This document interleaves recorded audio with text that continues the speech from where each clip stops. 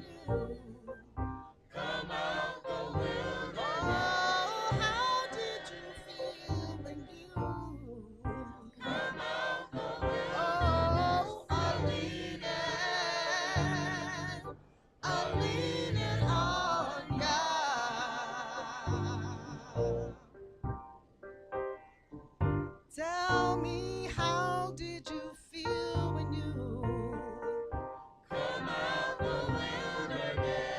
How did you feel when you come out the wilderness? Oh, how did you feel when you come out the wilderness? Oh, I'm leaning on ya.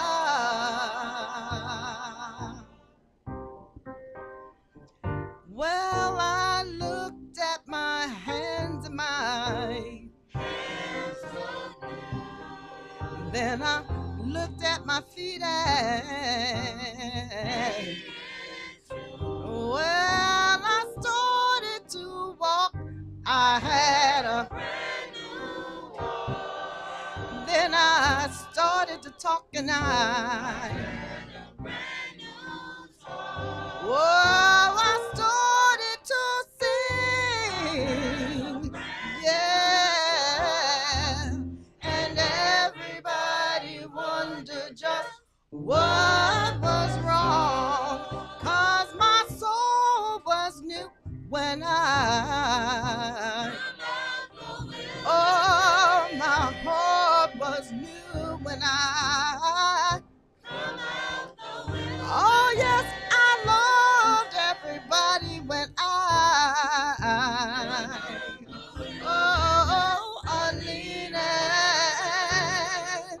I'm leaning on ya.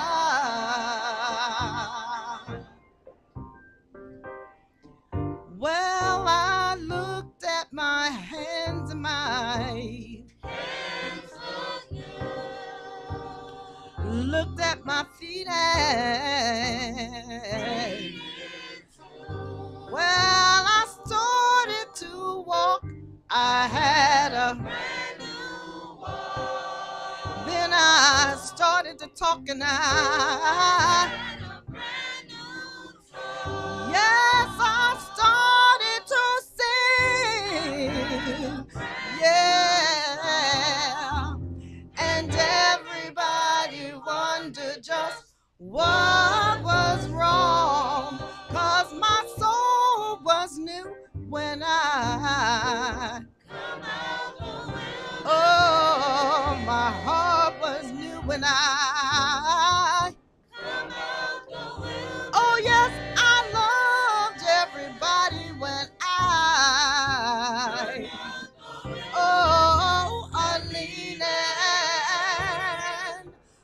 leaning on ya.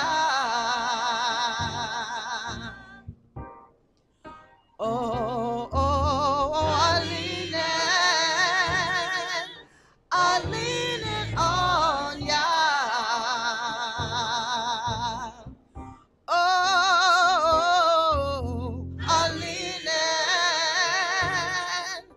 I'm leaning on ya.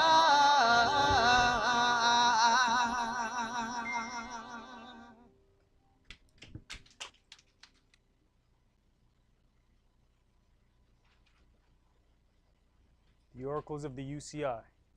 1 Peter chapter 4, verses 7 through 11. But the end of all things is at hand. Be you therefore sober, and watch unto prayer. And above all things have fervent love among yourselves, for love shall cover the multitude of sins. Use hospitality one to another without grudging. As every man has received the gift, even so minister the same one to another as good stewards of the manifold grace of Elohim. If any man speak, let him speak as the oracles of Elohim. If any man minister, let him do it as of the ability which Elohim gives, that Elohim in all things may be glorified through Yahshua the Mashiach, to whom be praise and dominion forever and ever. Amen. Ephesians chapter 4, verses 29 through chapter 5 and verse 4. Let no corrupt communication proceed out of your mouth, but that which is good to the use of edifying, that it may minister grace unto the hearers. And grieve not the Holy Spirit of Elohim, whereby you are sealed until the day of redemption. Let all bitterness and wrath and anger and clamor and evil speaking be put away from you with all malice. And be you kind one to another, tender-hearted, forgiving one another, even as Elohim for Yahshua's sake has forgiven you.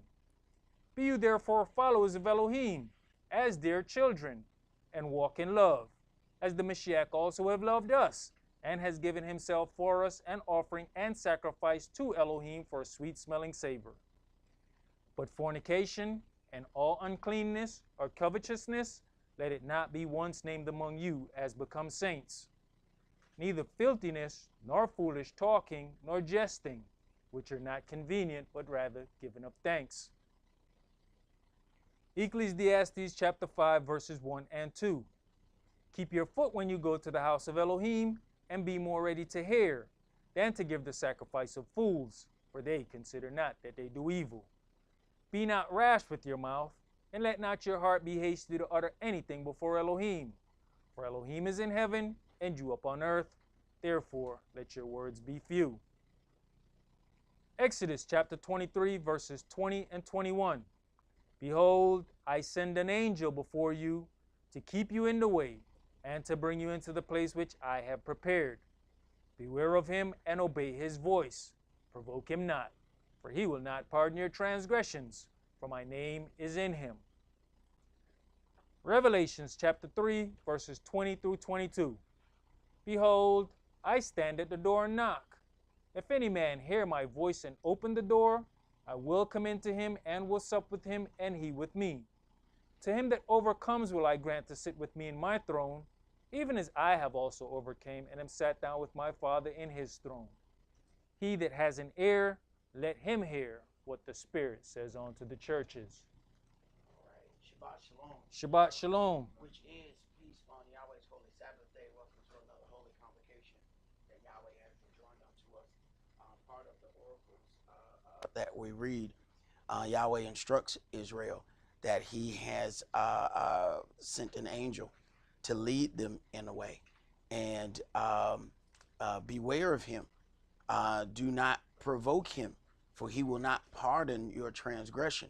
This is all a part of honoring the order that Yahweh has established. And that order goes in several different levels. Everybody does not have the same amount of power, and everybody does not have the same amount of responsibilities. And we as a cohesive unit have to be able to perform the tasks that we are set to perform while not interfering with another part of the body's tasks. That's how everything works together. It's like one of those things where Yahshua ended up telling the disciples, you know, I have sheep that are not of this fold. You know, that had to be pretty confusing to them because they ain't never seen him go anywhere else. You know, they have been able to see him in everything that he was doing. But that was, of course, on a physical level, on a physical nature, they were able to see those things. But we know that ultimately Yahweh and Yahshua was going to make sure that this word spread all over, not just in the place of Israel. So there were definitely going to be other sheep and other people that Yahweh was going to lead Our thing is when we think, because we physically see something, that this is all there is to that particular thing. Yahweh can put something in somebody's heart and never physically visit that individual. And our limitation is our people seen Yahshua and they didn't see him go anywhere else. So to believe that there were other sheep of that fold is confusing unto them. But the title of today's sermon is honoring the order. So when we honor the order, we have to understand the way that Yahweh has placed things is for a reason. And if we're going to accept those things, then we have to understand that Yahweh is in possession of knowledge that we don't have.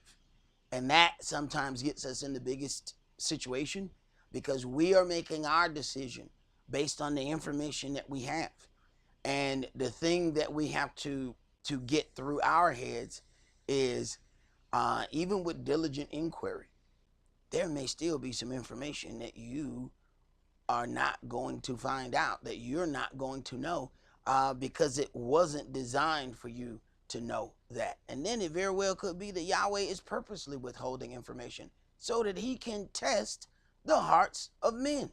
He will let everybody make their decision, let everybody choose their way, then present all the information afterwards. So he can then see, all right, who made the decisions before all of the information was known. This is how Yahweh tests the hearts of men. But let's begin today's sermon in Matthew chapter 5, and we're going to read verses 21 through 26.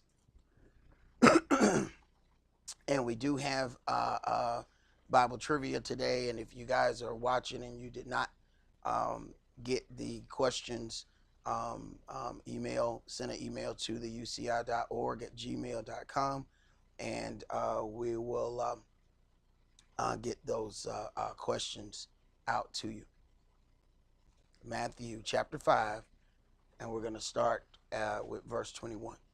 You have heard that it was said by them of old time, you shall not kill, and whosoever shall kill shall be in danger of the judgment. So now what he's mentioning he said, you have heard that it was said by them of old time.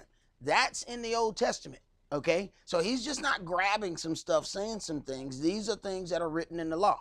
But what Yahshua is about to do is to take that law on a totally different level and go over and beyond what the law of Moshe was able to do. And these are things that people kind of get twisted upon, because they will tell you how difficult the Old Testament was, not understanding that Yahshua added a whole nother element that was not there in the Old Testament. Go ahead. But I say unto you, that whosoever is angry with his brother without a cause shall be in danger of the judgment. And whosoever shall say to his brother, Reka, shall be in danger of the council. But whosoever shall say, you fool, shall be in danger of hellfire. So now he has taken this on a whole nother level. But I say unto you that whosoever is angry with his brother without a cause shall be in danger of the judgment. Now, this is where it gets interesting. Produce your cause. Is your cause just according to what you think, feel, and believe, or is your cause just according to the word? See, there's an issue between Cain and Abel. Is his cause against his brother just? One offering was accepted, another offering was not accepted. Was Yahweh just supposed to accept the offering even though it wasn't done correctly? Should he do that just so everybody could get along? When Yahweh did not accept the offering, he told him at that point, something's in your heart. You need to deal with that because you're on your way. Didn't take that from Yahweh. Kept going, and the indignation from his offering not being accepted caused him to murder his brother. But it wasn't without knowing, and it wasn't without being told. But he was in a point of pride, and nobody could tell him anything at that point. He's at a point of anger. He ain't trying to hear nobody. Matter of fact, he even answers Yahweh roughly. Am I my brother's keeper? don't know where he at. Yes, you do. He right where you killed him at. You know exactly where he at. So not only did he get angry and kill his brother, then he had a nasty disposition toward Yahweh after doing it. Go ahead. Therefore, if you bring your gift to the altar, and there remember that your brother has aught against you. Stop. What is different? The very things that Yahshua is saying are the same things that's in the Old Testament. He is dealing with these things.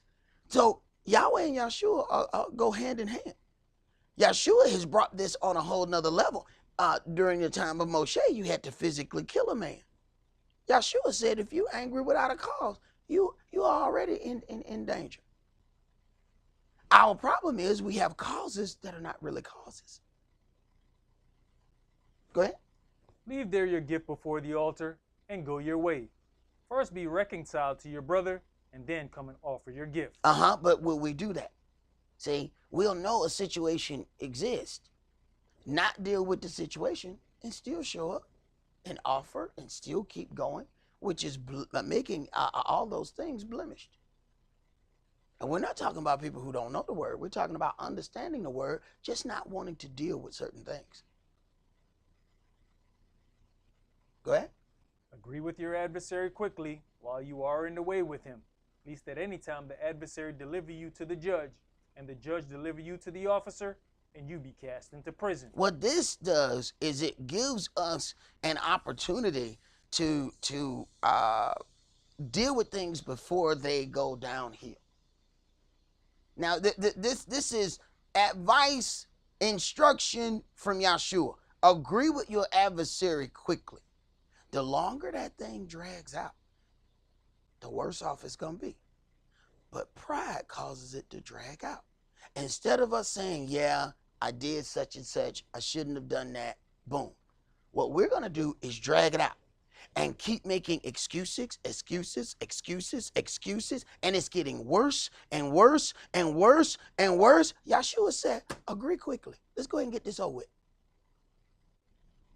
But we can't do that, because every time we get ready to do that, here come pride. Let me talk. And every time that happens, more and more the schism is getting bigger. As this thing goes longer, the schism is going up like this. It keeps going up. And there's no reason for it to keep going up. The only reason is pride won't let us make acknowledgement and offer an apology. So because we cannot make acknowledgement and an apology, we talked about this at Bible study. We need to go to them damn AA meetings. Acknowledgement and apology. It'll take care of a whole lot of situations.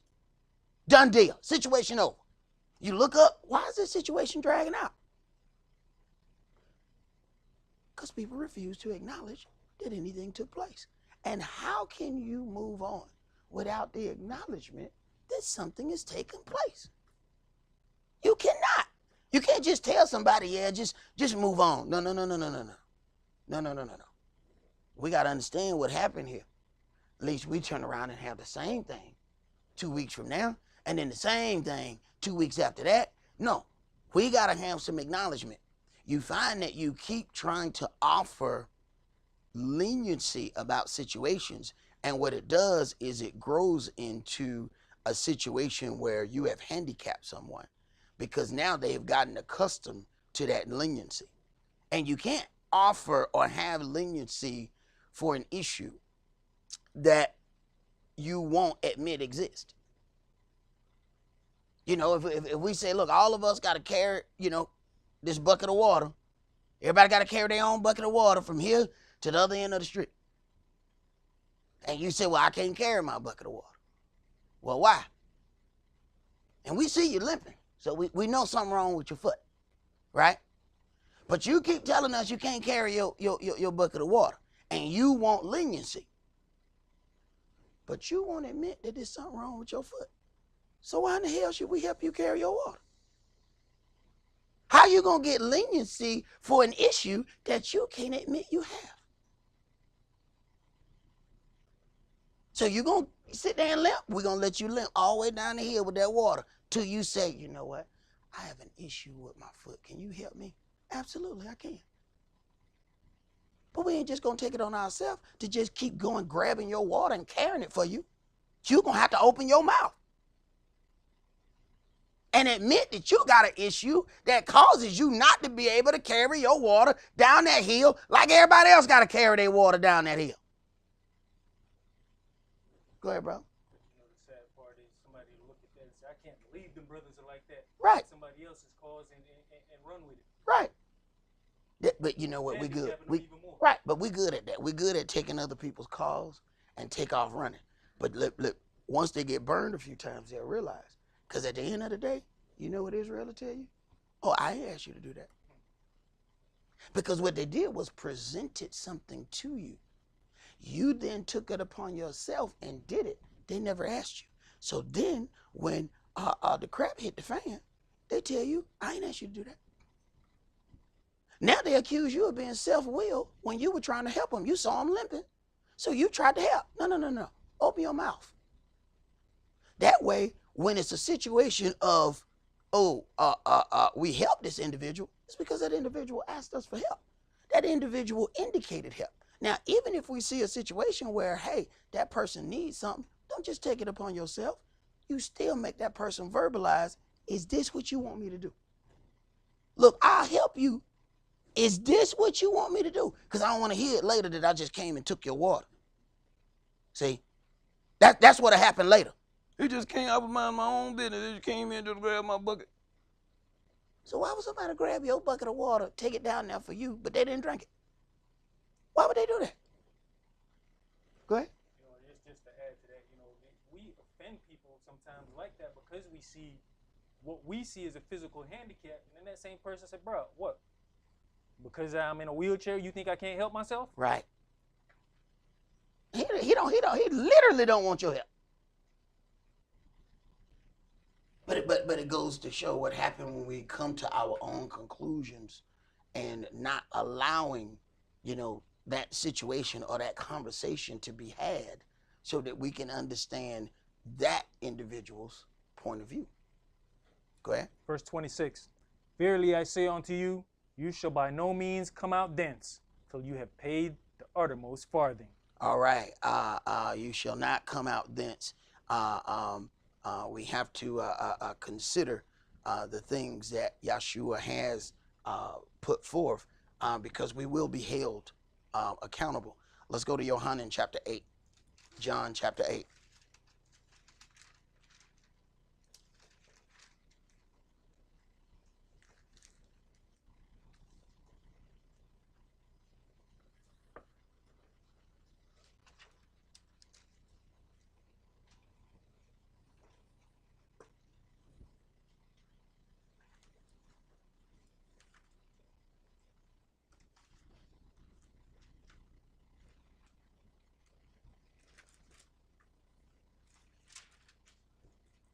John chapter 8, and we're going to read verses 25 through 47.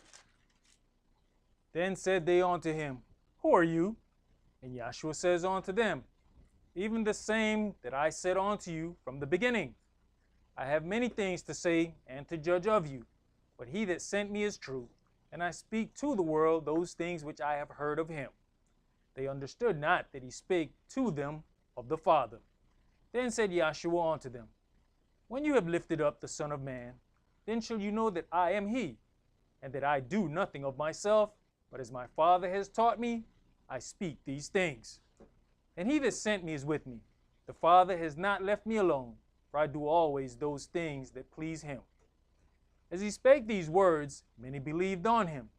Then said Yahshua to those Yehudis which believed on him, if you continue in my word, then are you my disciples indeed. Right. Now, why is that important? Because you got a whole lot of people walking around talking about they are servants of Yahweh, that they are disciples of Yahshua, but they're not doing anything they're supposed to do. They're not doing anything that's written in this book, but they walk around talking about they serve Yahweh. You're not a disciple of Yahshua.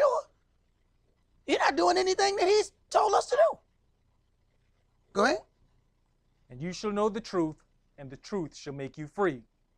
They answered him, We be Abraham's seed, and were never in bondage to any man. How saith you, you shall be made free? Right. And this lets you know that sometimes when we get caught up in trying to present whether we are right or whether somebody else is right, that we cast aside basic information. The children of Israel have gone through many captivities. In the beginning, our people were in captivity before we got the land and received the law. After we received it, we were disobedient and still were in multiple captivities. The whole book of Judges is a series of captivities. So the fact that we could sit here and read that an educated person in the word, the scribes and the Pharisees are educated people, that they could sit there and say, we've never been in bondage to any man. At the time that they are even saying that, the Gentiles are ruling over Israel at the very point. And they have the nerve to say out of their mouth, we haven't been in bondage to any man. Go ahead. You know, brother, in verse 31, where he says, if you continue my word, then you are my disciples indeed. We don't understand the prayer and covering that Yahshua made for his disciples, the ones that walk with him, and those that would come after. Mm-hmm. There's a covering put out for disciples by Yahshua himself. Because he said, I pray not for the world, but he prayed for his disciples and those who would come after. Mm-hmm. Go ahead. Verse 34, Yahshua answered them, verily, verily, I say unto you, whosoever commits sin is the servant of sin. And the servant abide not in the house forever, but the Son abides forever. If the Son therefore shall make you free, you shall be free indeed. I know that you are Abraham's seed, but you seek, to kill me, because my word has no place in you. Right. So then now you find that why that anger is there. I know that you are Abraham's seed, but you seek to kill me because my word has no place in you. Just because somebody is in the same arena that you are in doesn't mean they're dealing with the same word. These people are Jews. Yahshua is a Jew. Okay, what that mean? They're not entertaining the same spirit. He said, you seek to kill me because this word that I speak angers you. Why? Why does this word anger you? Go ahead. I speak that which I have seen with my father, and you do that which you have seen with your father. They answered and said unto him, Abraham's our father. Yahshua says unto them, if you were Abraham's children, you would do the works of Abraham. So you see the difference here. I speak that which I've seen with my father, and you do that which you have seen with your father. We have two different directions here. Although we both are Hebrews, we both are Israelites. You have one direction, I have a different direction. And both are proclaiming that their direction is right. So does it just become a wash because they're both Hebrew Israelites that it just evens out? No, somebody wrong and somebody right. Go ahead. But now you seek to kill me, a man that has told you the truth. Right. You see what the truth gets you? Are you prepared for that? See, we will accept wrongdoing when we know that it's been a situation. Even then, we have a problem accepting it. But it's hard for us to accept wrongdoing when we have spoken the truth. To get punished for speaking the truth.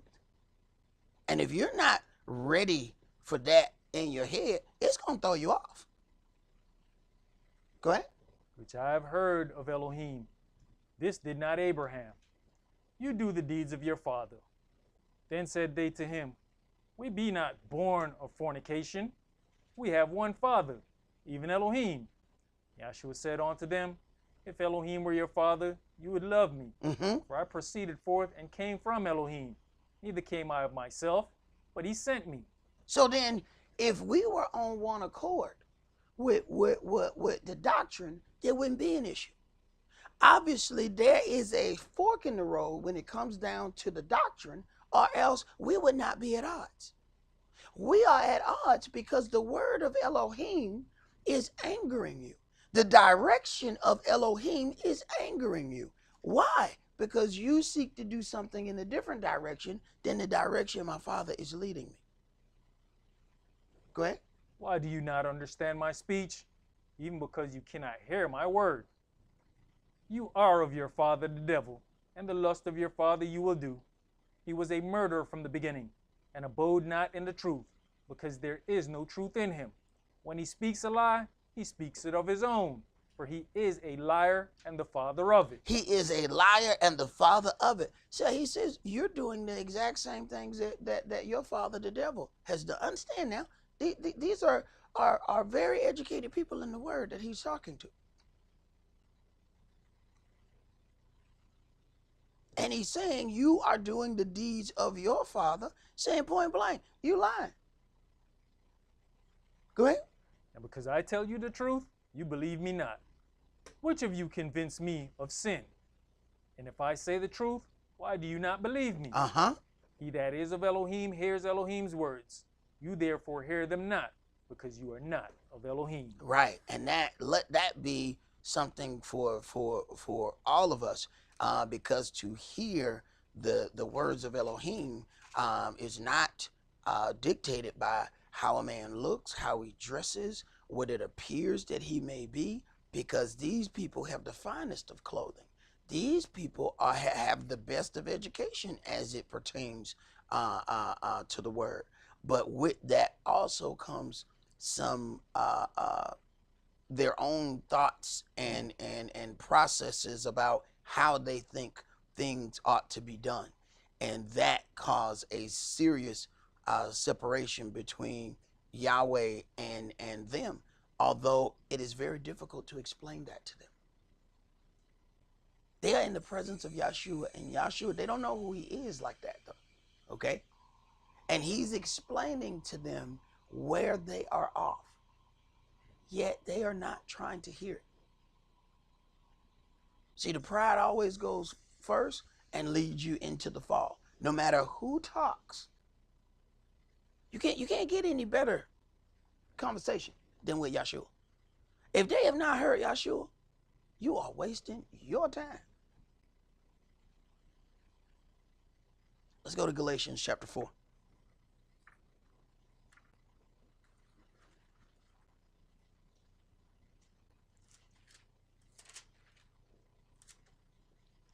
Galatians chapter 4, and we're going to start that at verse 1.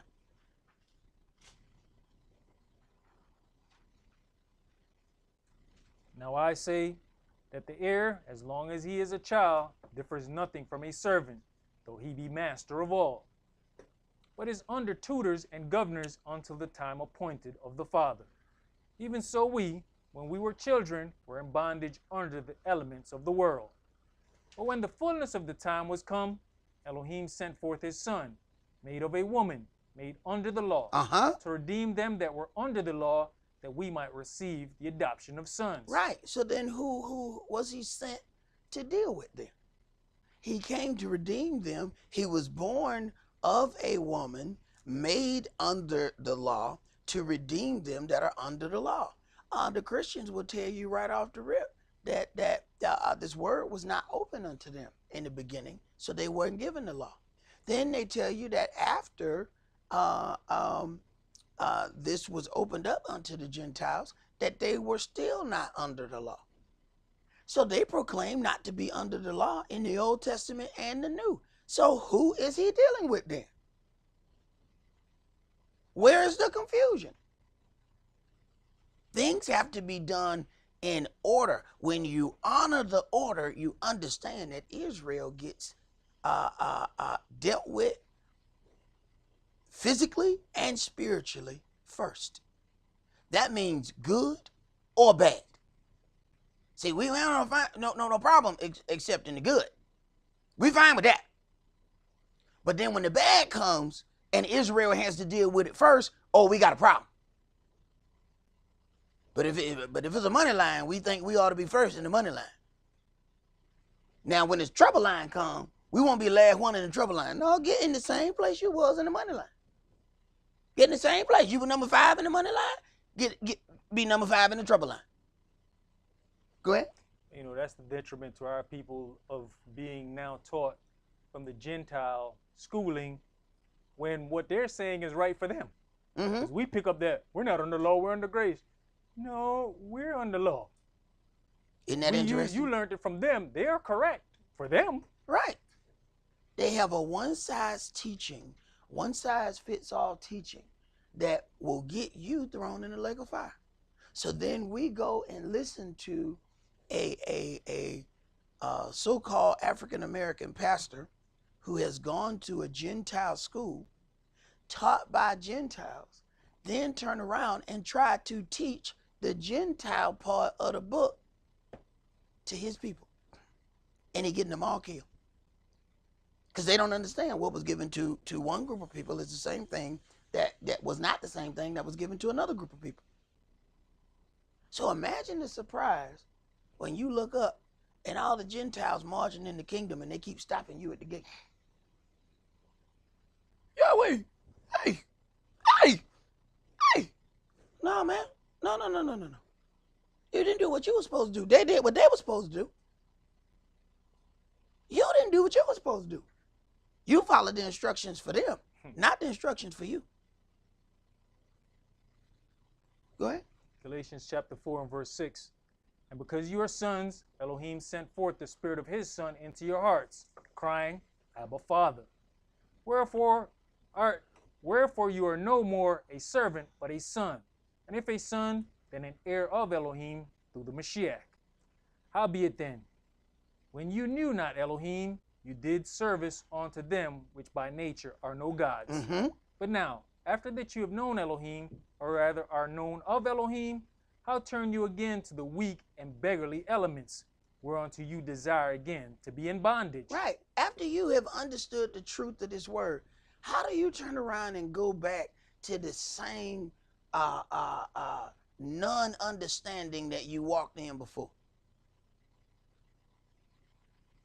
It's like as long as I was eating the pork, you notice that you didn't get sick when you was eating it because you were constantly giving your body poison, and your body was building up an immunity to the poison. So you can eat that poison and nothing happened. Go without eating that poison for 2 years, and then eat something that was just cooked next to the poison. And you're going to have the most violent stomach eruptions that you've ever heard of. Why? Your body is rejecting that poison. Your body says, I'm not used to this poison. Where you get this poison from? And at some point, every person go to the doctor and get that speech. You have to stop eating pork.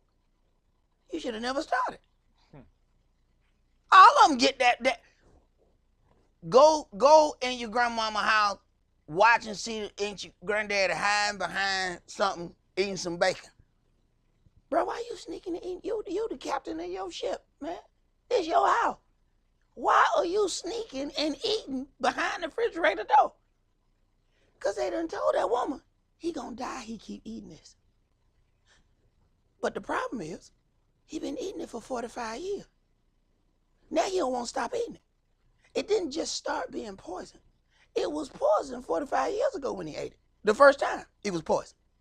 But now, he has built up immunity and a lust for the poison. And although now they're telling him, all right, this poison gonna kill you, still desire the poison. But with us being away from those things, it caused all those violent eruptions. When you begin to walk back into the old things that you were into before, it should start to feel strange to you. The same way eating pork again gives you violent stomach eruptions, when you get ready to walk in the same things that you used to do before you got in this word, you should feel uncomfortable. Go ahead, brother. You observe days and months and times and years. I am afraid of you, lest I have bestowed upon you labor in vain. Brethren, I beseech you, be as I am, for I am as you are. You have not injured me at all. You know how through infirmity of the flesh I preached the gospel unto you at the first.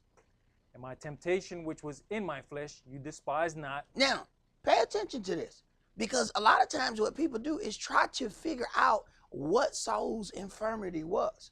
He said there was an infirmity of the flesh. It could have very well just been something that Israel wouldn't, because if you have an open sore in Israel, they'll kick you out the temple. Mhm. Hey, that brother don't look right. Get out of here. Is that a sore, brother? Is that a sore? You got an open wound, brother? You get on out of here, man. Get on out of here. Oh, yeah, Israel didn't play. You look like you done got cut and there's some blood on. Hey, brother, outside. So we don't know what this infirmity of his flesh was. But having to deal with Israel, he know that if he was among Israel, they would have dealt with him differently with any infirmity of the flesh. You read the book and it starts saying if anybody is scabbed, if they have this, if they have that, they can't even approach unto the altar of Elohim. Not to offer, as work.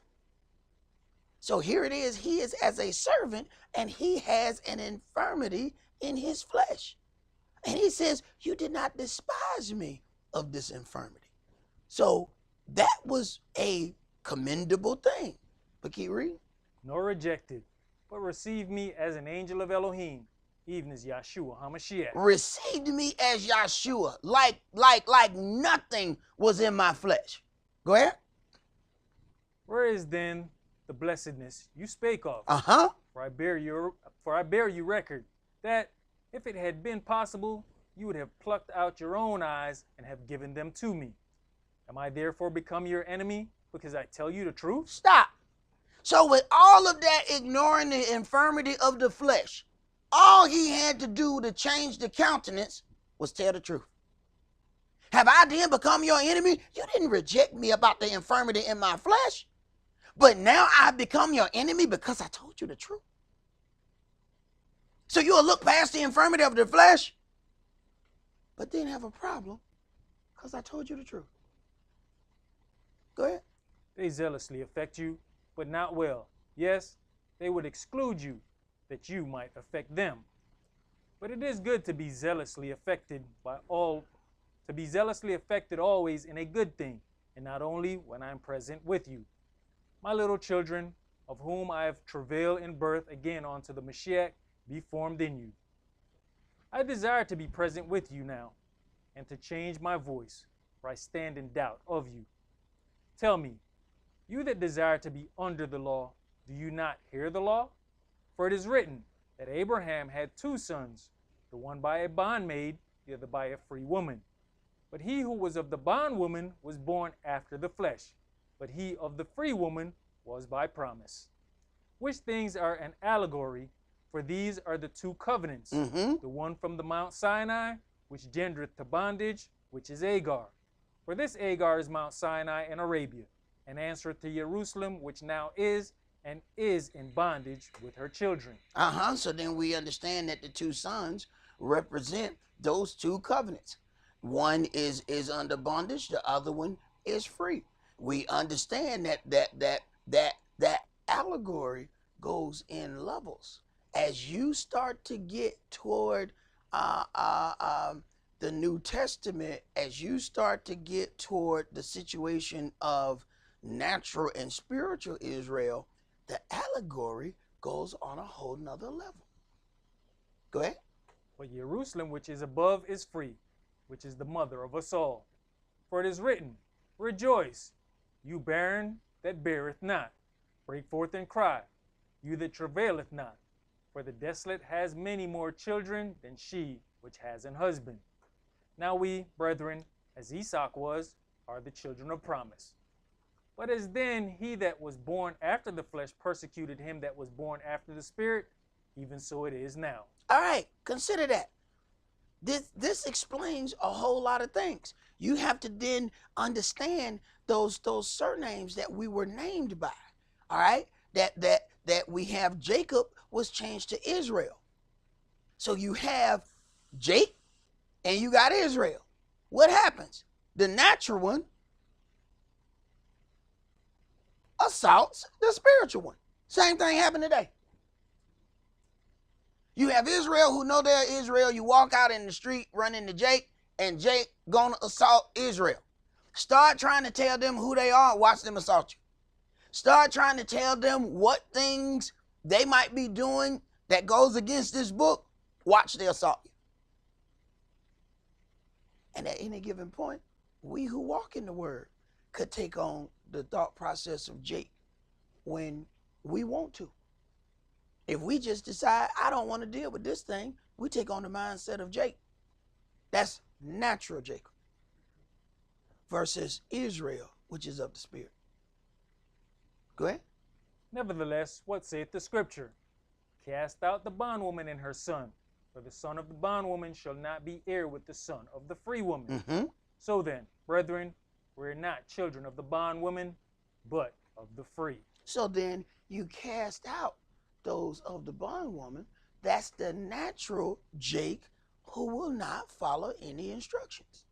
They will not honor the order. Jake has to be cast out. This is part of the allegory. Jake ain't gonna follow no instruction. Just because he looks like Israel, he is not Israel. And he decides that in his heart.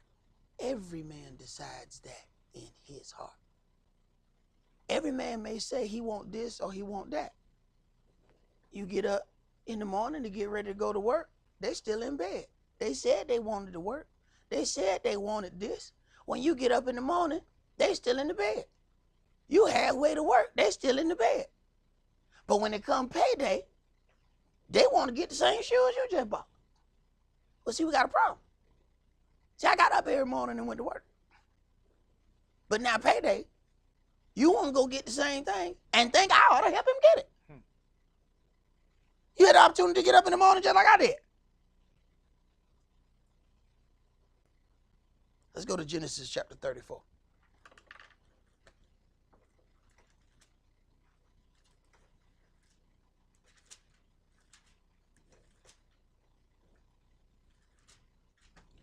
Genesis chapter 34, and let's start at verse 1.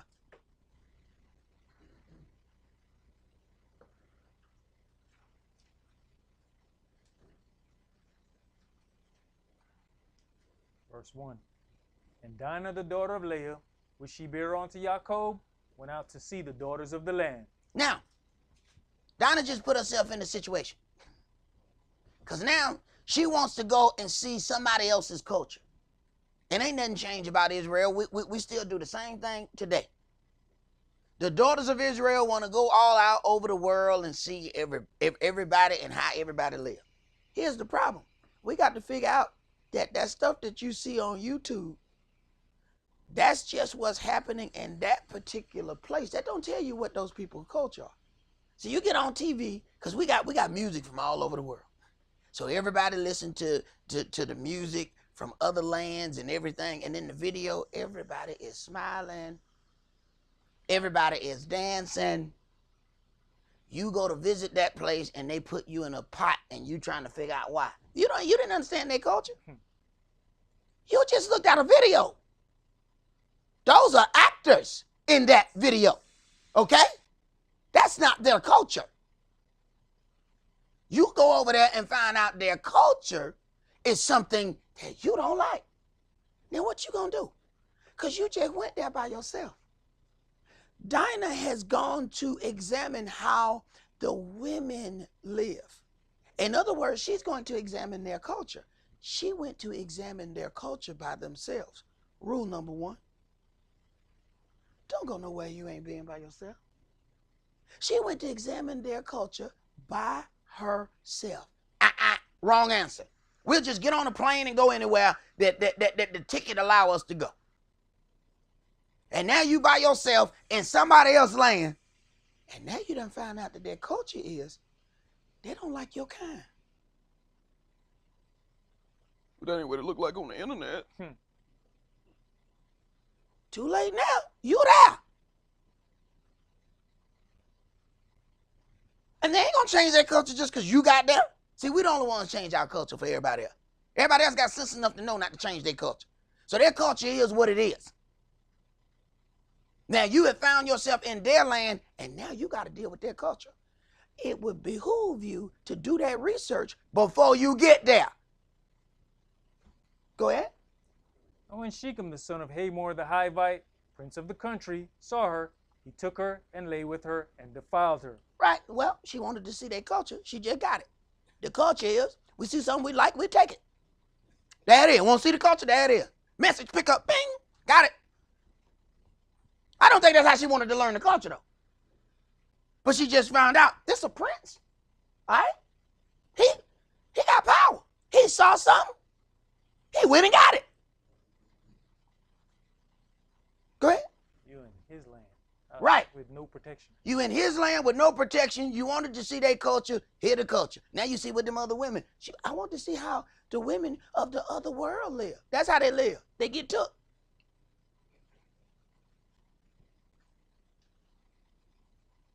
Congratulations, you just found out. Go ahead. And his soul clave unto Dina, the daughter of Jacob. And he loved the damsel, and spake kindly unto the damsel.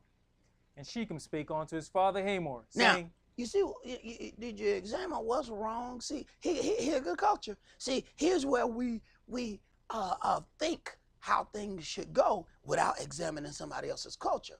What was out of order with his affection? He now speaks kindly to her, but he done took her. So he's saying, come here, give me that.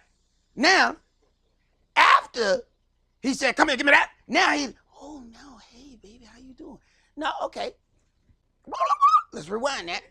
In other situations, you would speak kindly first. See, and then enter in such situations. See, but going into somebody else's culture, you find out that ain't how they deal. And according to this, it says he was the most honorable of them. Oh my goodness. So the most honorable is a rapist. Now, if that's the honorable, I hate to see them damn cousins. Because everybody got them cousins, you be like, look, don't go nowhere with your cousin. You know how he is. You're going to end up in jail. Don't go there. Okay, so this is the honorable one, and he saw a woman and just took her. And he's honorable. Go ahead. And Shechem spake unto his father Hamor, saying, get me this damsel to wife. And Jacob heard that he had defiled Dina his daughter. Now his sons were with his cattle in the field. And Jacob held his peace until they were come. You see, this is now where you go on levels of wisdom. Okay? This is where you have to learn. See, the young men become grown at 20. But they mind ain't been exercised yet, okay? This is an aged man who now knows something has happened to his daughter. Do you think that they love their sister more than he loved his daughter? No, this is a man with understanding. He knows something has happened, but he holds his peace. Because he has learned to direct some things in his age. Go ahead. And Hamor the father of Shechem went out unto Jacob to commune with him. And the sons of Jacob came out of the field when they heard it. And the men were grieved, and they were very angry, because he had wrought folly in Israel and laying with Jacob's daughter. Right. He has wrought folly. He has not gone the right way. He has now gone in a situation of taking this woman. Now she has been lain with by an uncircumcised heathen. They are hot. You think the daddy wasn't hot too? But a wise man learns how to direct his anger. You don't just go and throw feces like a monkey. He realized, I can't act a monkey fool here. This these people land. Go ahead. Which thing ought not to be done. And Hamor communed with him, saying, the soul of my son Shechem longs for your daughter. I pray you, give him to wife, and make you marriages with us, and give your daughters unto us, and take our daughters unto you. Right. So now they are proposing this union, this merging of people. Now, consider how this is going to cause a problem with Yahweh. I'm sending you into a land for you to take over the land and push the people out. What the adversary proposes unto you is to merge with the people. So when you get ready to put them out, you really can't, because you done already merged with them. Go ahead. And you shall dwell with us, and the land shall be before you. Dwell and trade you therein, and get you possessions therein.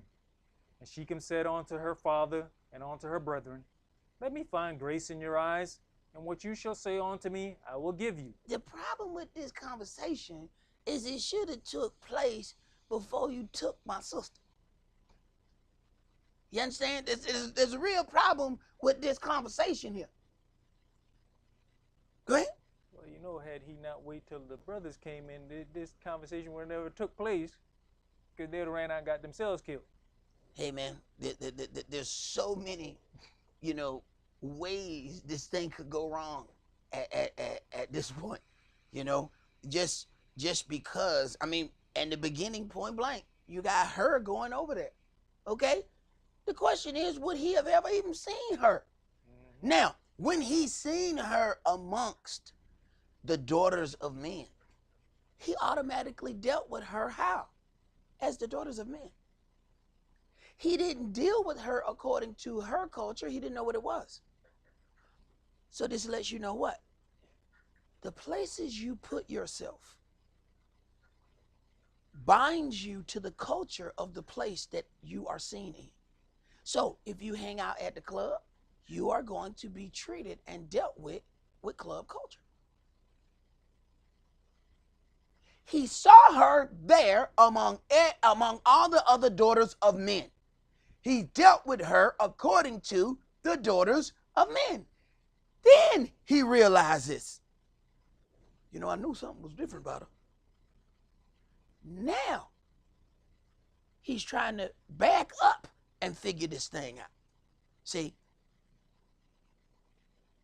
So we have to consider something. This is something that, we know women love attention. At some point, a woman has to make a decision. How bad do you want that attention? And if he sees you in a situation among the daughters of men and you dress like that to get that attention, what mindset is he coming with? Because you have to ask yourself, how did she present herself when she went amongst them?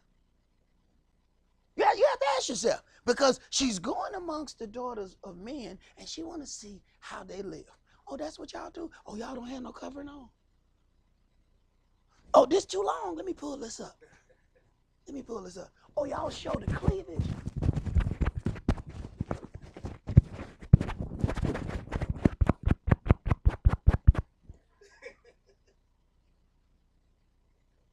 You have to wonder, how did that go down? Go ahead. The trip still could have been taken. Like you said, she left without protection. We all know as men, if she was out in town with 12 brothers, boy, stop. Hey, boy, stop. Even when you saw her by herself, your thought process would be, she got 12 brothers. Exactly. I don't know if I want to have to deal with that. And a couple of them look psychotic. let's just go ahead and put it out there. A couple of them look psychotic. You don't run up on no sister with 2 psychotic brothers. You damn sure don't run up on no sister with 12 of them. You look at her, you, oh my goodness. Hey, how you doing? Oh, that's a quick look, Jack.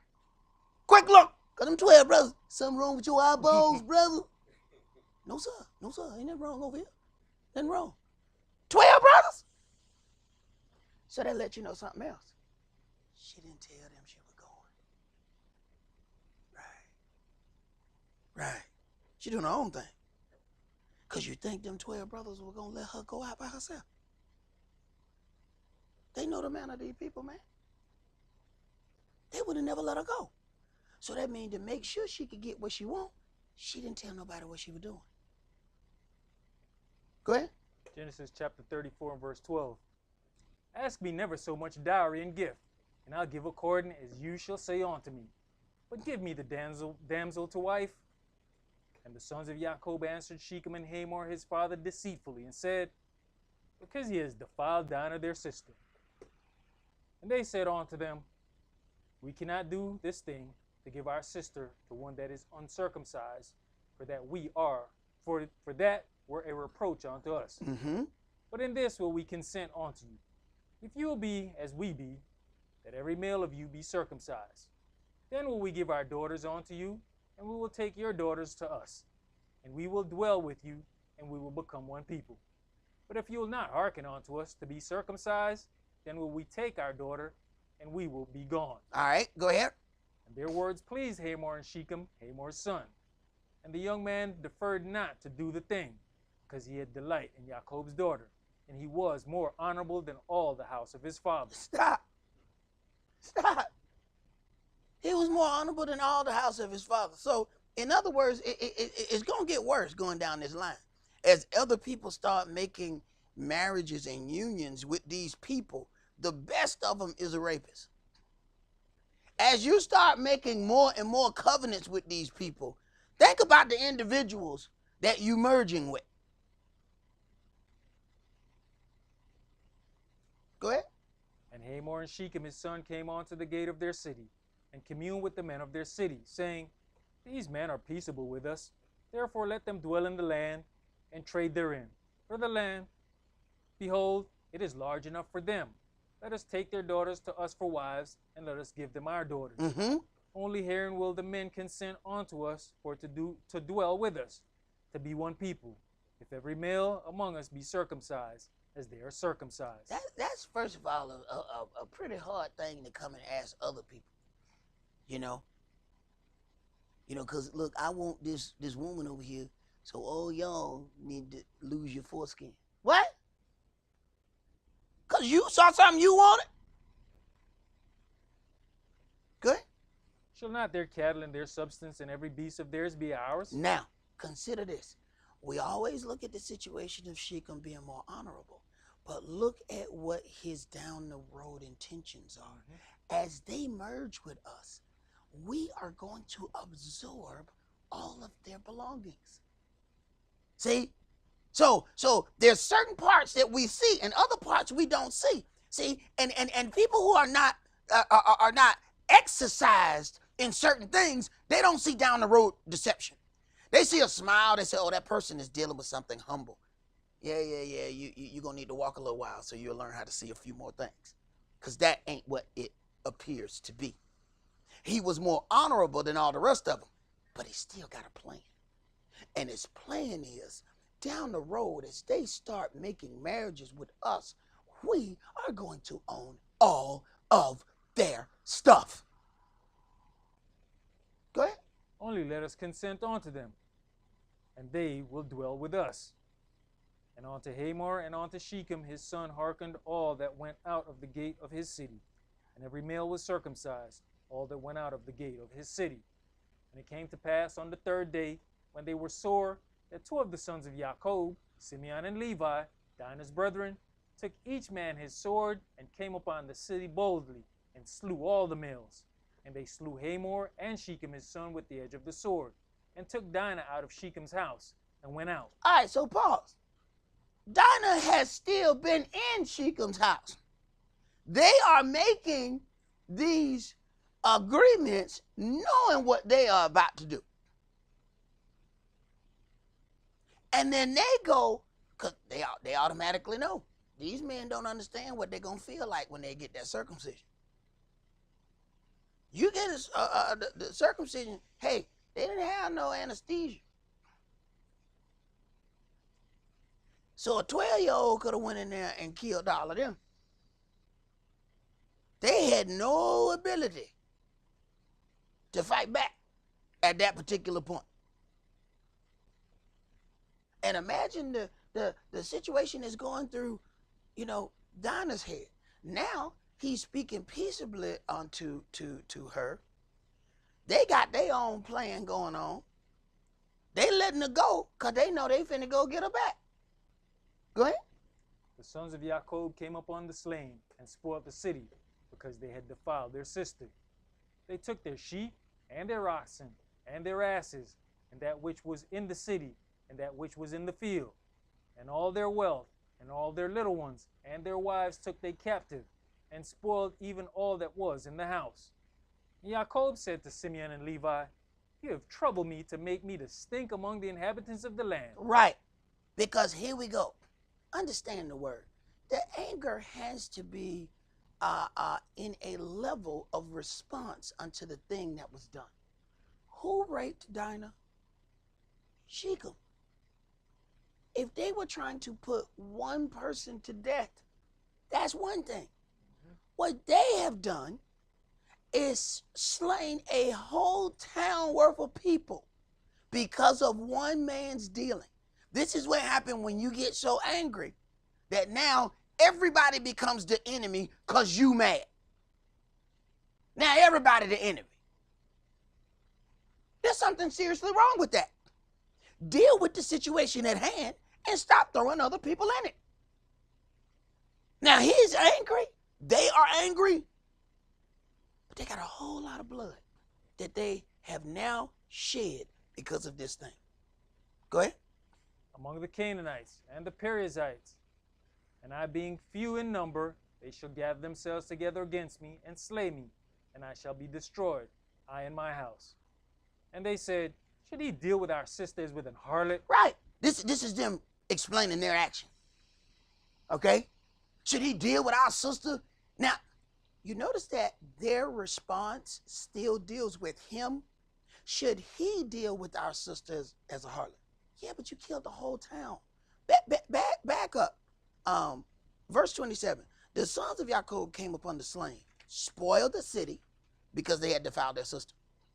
They took their sheep. What the hell did sheep do?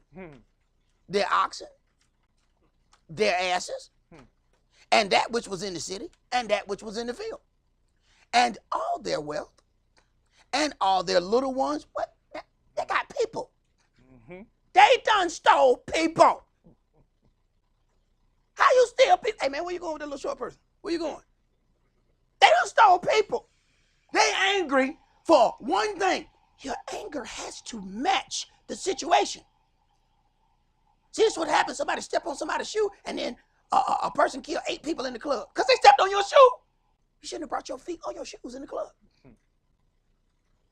And all their wealth, all their little ones, their wives took them captive and spoiled even all that was in the house. And their reply was, in verse 31, and they said, should he? You see how everything that they have done is still directed at one man? They have slain a whole city. They done threw everybody under the bus because of their anger. And all their reply is, should he? Now, ain't that something? They done killed they, but they didn't say should they. They said should he. So that means they took the anger of that situation that they had on one man and applied it to everybody they saw. Go ahead, bro. You know, that makes me think of, the brothers out there who, on the corner, they deal with the Gentiles out there.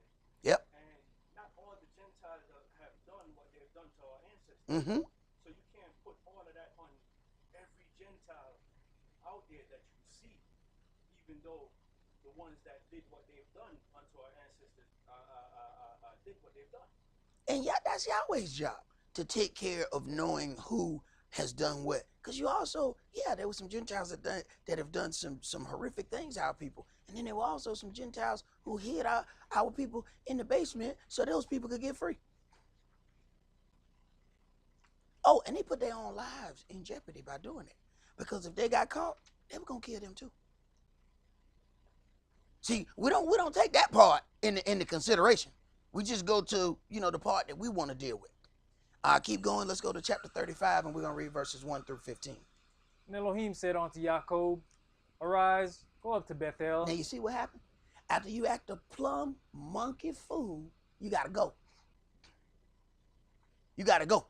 See, here come the far. Hey, look, go, get on up. Get your stuff.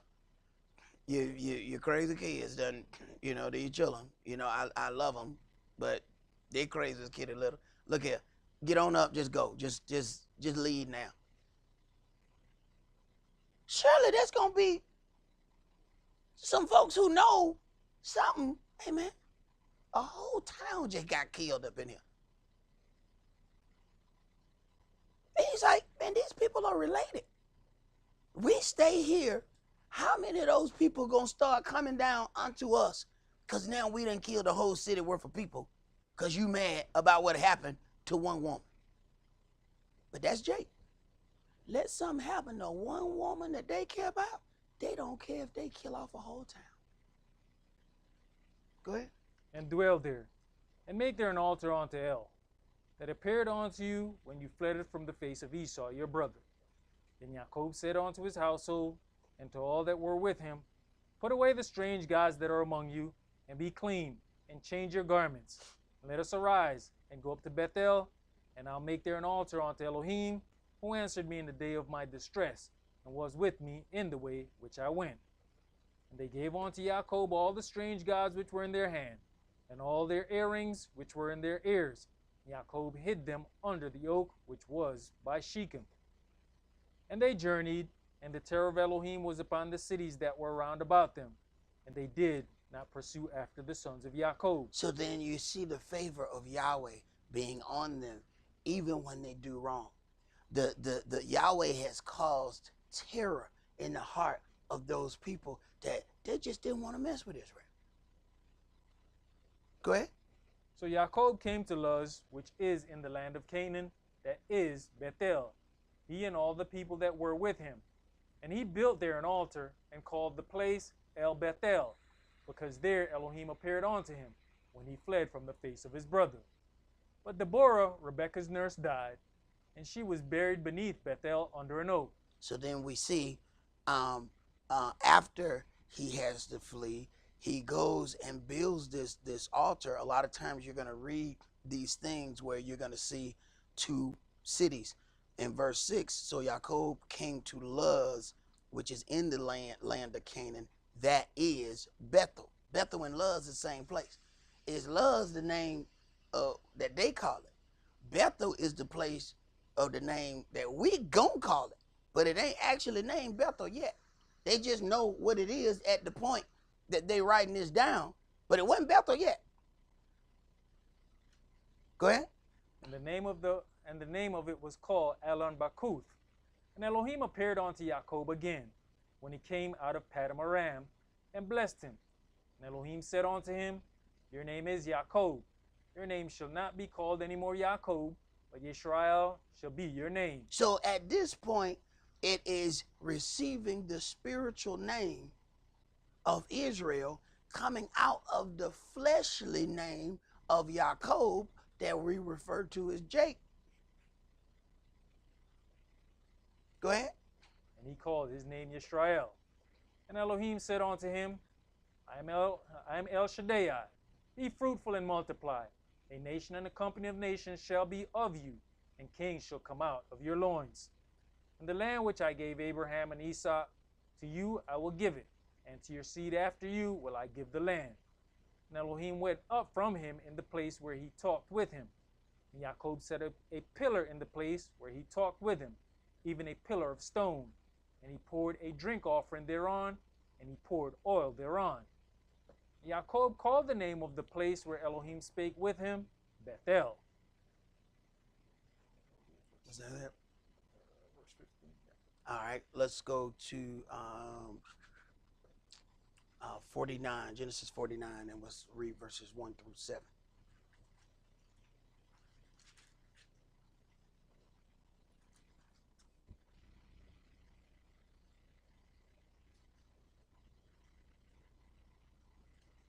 Genesis chapter 49 and verse 1. And Jacob called unto his sons and said, gather yourselves together, that I may tell you that which shall befall you in the last days. Gather yourselves together, and hear, you sons of Jacob, and hearken unto Israel your father. Reuben, you're my firstborn, my might, and the beginning of my strength, the excellency of dignity, and the excellency of power. All those good things. Go ahead. Unstable as water. Stop. Stop. And we know good and well we got family that is unstable as water. Water takes whatever form of whatever it is held in. If it's a tall glass, that's what the water is. If it's a short round bowl, that's what the water is. it keeps changing into whatever environment it gets in. See, wood ain't gonna change for them. You cut a 2x4, it's a 2x4. You put a 2x4 in a bowl, it's a 2x4 in a bowl. It's not gonna change its shape. It's not gonna change how it formulates itself. Water will. So when he says you are unstable as water, you don't know what manner of person you are. Excellency of dignity, the beginning of my strength, my firstborn. But consider what all was happening when that firstborn was born. It's a lot of deception, wasn't it? He think he with one sister and wake up with the other sister. He was drunk. He done got tricked. A lot of stuff happened at that point. Look at the spirit that the boy operates in.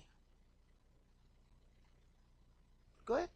You shall not excel, because you went up to your father's bed, then defiled you it. Now, irony level 2. He went up to his father's bed and slept with his father's concubine. Think about the mixed up situation that was there when he was conceived. That he thinks he's with one sister, he's with the other sister, there's some mix up, he's being tricked, and now you have a situation that this child operates in.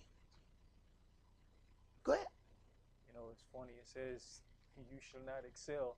Looking at that and say, hey man, for us to keep striving and can't get nowhere, we might be Reubenites, okay? But see, you know what?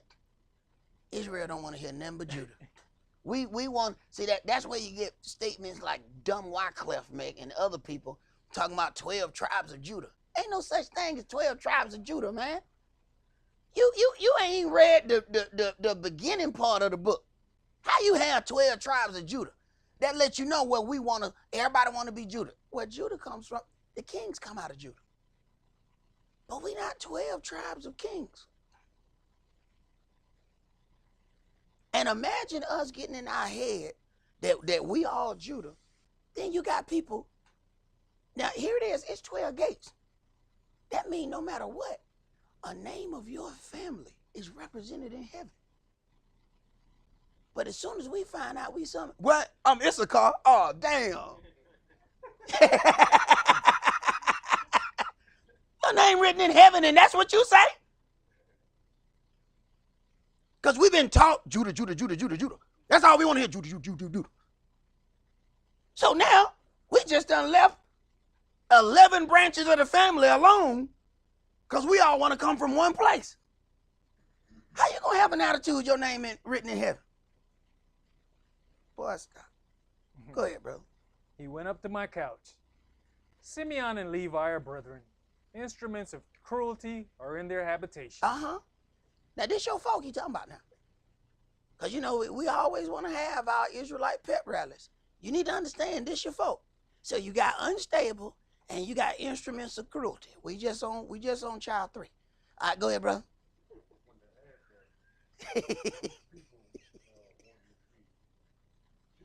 Mm-hmm.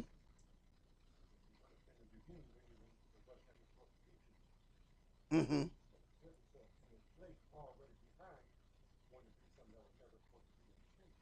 You know, ultimately, the firstborn is supposed to get a double portion. So you already got a situation because the firstborn is not getting any of the stuff that's happening. Then you still got yourself coming that gets a situation of a Messiah-like situation. Yahweh was going to deal with kings on his own time. But Israel had to rush everything. Israel had to push. So you have to consider who ended up being king first. That was a whole nother family. Mm-hmm. This man was a Benjamite. Yep. So, but that's what Israel wanted. We wanted warrior kings like the rest of the nations because we saw their kings. See, we saw what other people was doing and we want to mimic it. We want something that looks like what we see from the other nations. So give us some strong, tall, warrior-looking dude who looked like he'll scare off the nations. And come to figure out, he was the scariest king we ever had. He was scared of everything. If the people gathered together start saying something, yeah, what they said. Come on, bro. For real? Same way I was waiting on you, you didn't come, so I forced myself to become a priest and make an offering. What? Nothing he did made sense. But he looked like a king. He looked like what we want. See, here go our thing again. See, perception of something. Do you even know what your eyes looking at? Go ahead, bro. O my soul, come not you into their secret. Onto their assembly, mine honor. Be not you united, for in their anger they slew a man, and in their self-will they dig down a wall. In there. Now, listen how he breaks this up. O my soul, come not you into their secret, unto their assembly, mine honor. Be not you united, for in their anger they slew a man, and in their self-will they killed the whole town. The first one was anger. The other one was self-will. Check that out. See, self-will make you keep going. Y'all got the man, right? You got the man that defiled your sister, right? Why y'all keep going? Oh, that was self-will after that. See, that was something else. See, that's not even part of anger. You got the man that did the wrong to your sister. Why you still killing? Go ahead. Cursed be their anger. For it was Cursed fierce. be their anger. See, but they got an excuse for their anger. Go ahead. For it was fierce, and their wrath, for it was cruel. I will divide them in Jacob and scatter them in Israel. I will divide them in Jacob and scatter them in Israel. So he made sure that Simeon and Levi will never be together. You talking about wondering about your life? If you see Simeon and Levi coming down the same hill to talk to you, get the hell on. Run now. He spread Levi out because Levi was then given the job as priest. They got to spread out everywhere. Then he makes sure that Simeon will not be with them. So those two cannot be together because when they do, people die. Hey, we are told all the time that members of our family that your aunties will pull you aside. Come here, baby, let me talk to you. Look, you should not be hanging out with him. Yeah, but he's my family. I know, but your family is murderous. All right? You need to find somebody else to hang out with because he's not it. He said, these two don't need to be together. Their anger feeds off one another. If they are together, there's going to be a problem. So separation was at hand. And this is coming from the wise father. They can't be together ever. Not okay, I'm going to separate these two boys. No, I'm going to separate your families forever. Forever, ever. I don't even want your gate in heaven to be next to here. Because them gates going to crash and start hitting each other. No, I don't even put them gates. Them gates ain't got to be, no, not these two. That's also a man who knows his own boys. See, are we so full of love for our family that we don't know them? Oh, not my baby. No, not my baby. My baby wouldn't do that. He know his boy.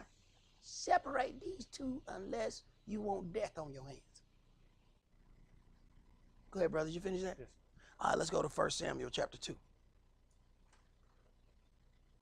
And if you know yours and you don't do this, you have to ask yourself a question. Are you to blame? Because you knew what manner of kids you had and you said nothing about it? There's a reason why the teachers would come in the room and say, no, you two separate. Said whole class is calm as long as y'all two not together. See, when y'all two together, this whole class get disrupted. They figure out where the disruption coming from. 1 Samuel chapter 2, and we're going to start that at verse 22. Now Eli was very old, and heard all that his sons did unto all Israel, and how they lay with the women that assembled at the door of the tabernacle of the congregation. So their sin was they're at the door. They are laying with the women. They over there taking care of their own business while they're supposed to be taking care of Yahweh's business. Go ahead. And he said unto them, Why do you such things? For I hear of your evil dealings by all this people. Stop. People came up and told him what his sons were doing. Now, you have to go back to what Yeshua says. Yeshua said it and Saul said, have I become your enemy because I tell you the truth? So when you come up and tell somebody what someone in their house is doing, do they then attack you because you told them? What then happens? Now, Eli is in a situation. He is the man in power. So once they come and tell him, he has the power to deal with the situation. Just like every man is supposed to be the head of his house. When something is brought to that man's supposed to deal with it. Because how are we going to be captains of 10, 50, 100, 1,000, and we can't be a captain over 3 bedrooms and 2.5 baths? Captain that first. Go ahead. You know, just like you mentioned again, it didn't say he heard this from one person. He said, For I hear of your dealings by all this people. Uh-huh. So how many people did it take for you to actually make this move to go have this conversation? Exactly. See? So these people are coming one by one by one. He said all these people. That is absolutely a good point, because why has he not dealt with them? And let me tell you the messed up part of the situation. These people have come to him and told him that there's a problem with his son. He then goes to his son, but that's a private conversation. His sons are doing this wrong publicly. These people know. People are coming to the priest, the high priest, the man in charge, telling him what's going on. He turns around and has a private conversation with his sons. I've seen situations where people do a situation where they do somebody wrong, and that person just go get that person and just cart them off privately somewhere else. Never any acknowledgement about what has happened. And all these people know what happened, but there's no acknowledgement unto the people. So since he won't deal with it publicly, Yahweh deals with it publicly. Go ahead. No, my sons, for it is no good report that I hear. You make Yahweh's people to transgress. Uh-huh. If one man sin against another, the judge shall judge him. But if a man sin against Yah, who shall entreat for him? Notwithstanding, they hearken not unto the voice of their father, because Yahweh would slay them. Right, because at this point, they've done so much. Yahweh won't let them listen. He's, no, I'm going to kill these two. So, don't worry about listening now. Keep on doing what you're doing, because you're going to die. Go ahead. Like you said, had this conversation been happened in front of all these people, You got it. then they would reconsider. All these people know, You got it. let us not do this no more, because these people know what the heck going on. Right. But see, because he's coming and he's having a private conversation, we keep thinking that we're helping somebody. You keep having this private conversation, trying to talk to somebody, trying to get them to turn from their way of operating. They just take that as another opportunity to do wrong. Because it's a private conversation and not a public one. But everybody know what they're doing. Go ahead. And the child Samuel grew on and was in favor both with Yah and also with men.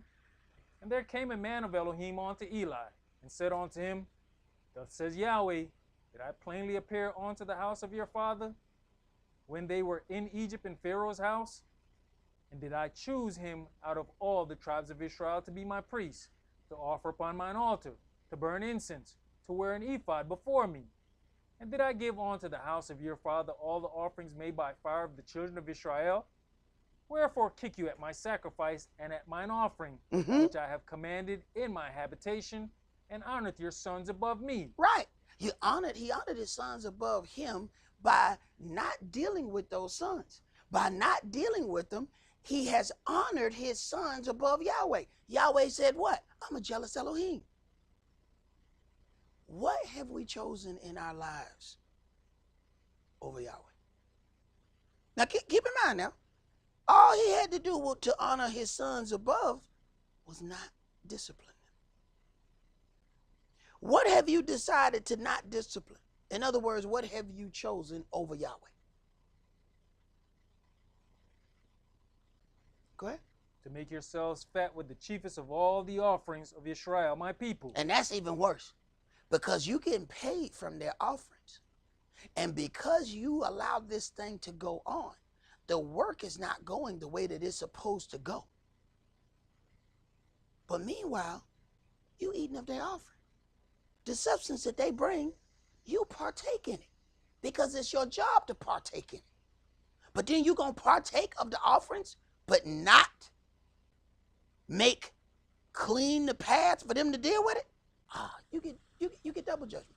See, this is the part about being in charge. There's a higher honor, but there's also a harder punishment when it comes. Go ahead.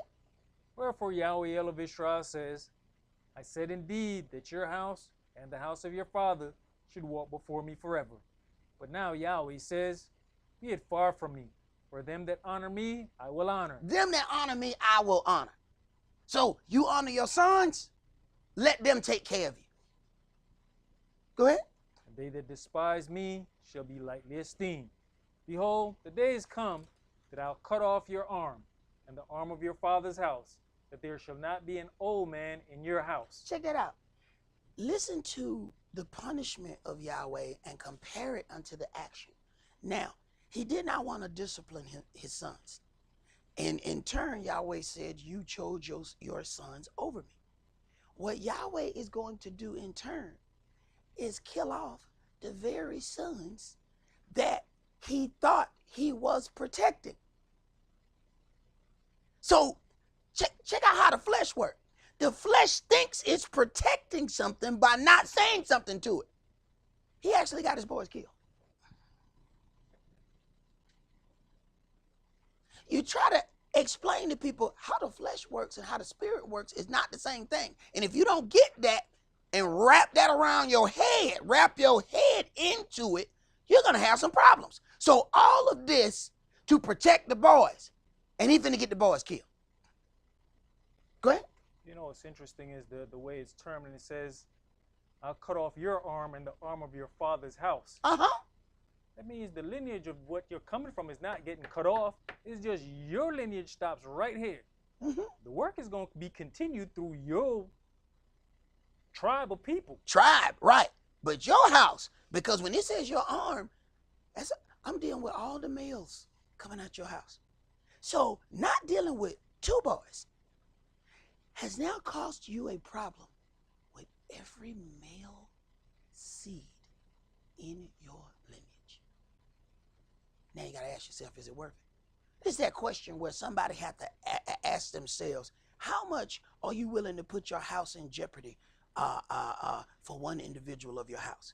See, you have them situations where people have, 3, 4 kids, and one of them can't stay out of jail, and they keep, putting the house up for them. You put the house up for them. How many times you understand that this person don't go to court?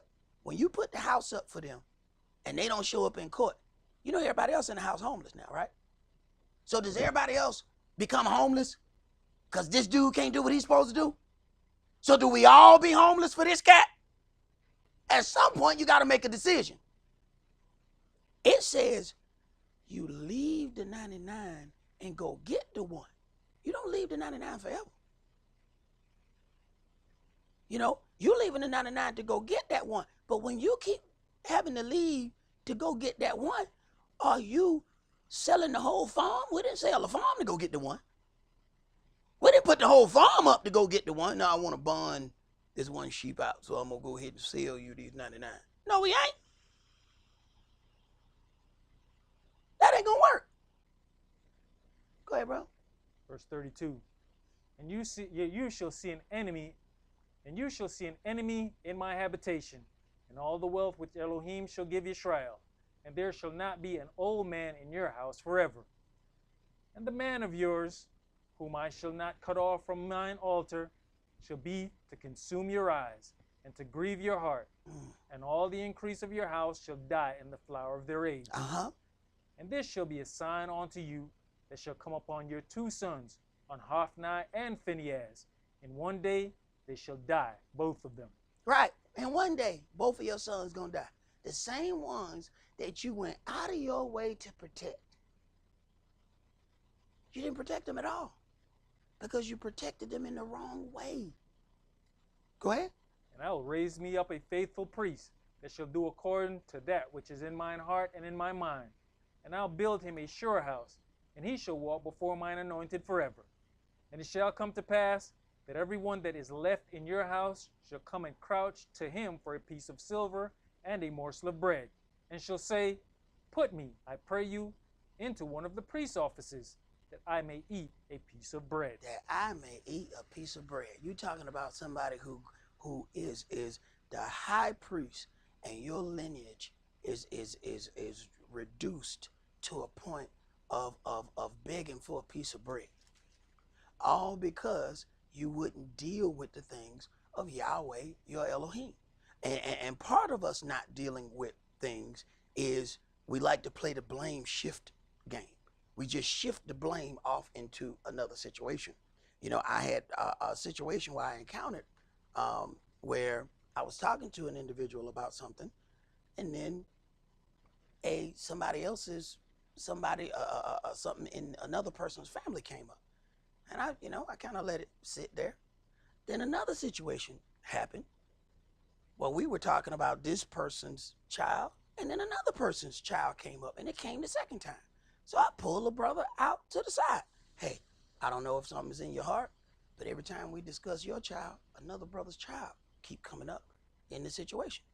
And the brother said, I don't have anything against that brother. And after a while, I said, I can't tell if you have something against the brother. I just know that it's strange if we're talking about one thing, why this keeps coming up. And after the whole situation presented itself, I can honestly say, I don't think he had anything against that brother. What I now realize is what Yahweh was showing me what I was about to deal with. What it was blame shifting. Whenever a situation came up with this brother's child, he found the nearest child that was like his and shifted something or said something about that. If something happened with his wife, then he'd find another brother's wife and say something about them, believing that if you take those things and present that to somebody else, you don't have to deal with yours. You can blame shift all you want. At the end of the day, did you deal with the situation that was brought unto you? I don't give a damn how many situations you present. And this is what we do. You know, hey, brother, you was late. Well, you know what, last month, that time, Kish was late. That's your answer? That's your answer. What the hell that got to do with you being late today? So what that does, if you keep blame shifting, you never actually deal with the situation. And how can you get to a peaceable point in the situation if every time you try to address it, somebody else just get thrown under the bus? Somebody else just get thrown under the bus. Sooner or later, you say, you know what? Let's stop talking. Ain't no need of talking no more. We done speaking. Go ahead, brother.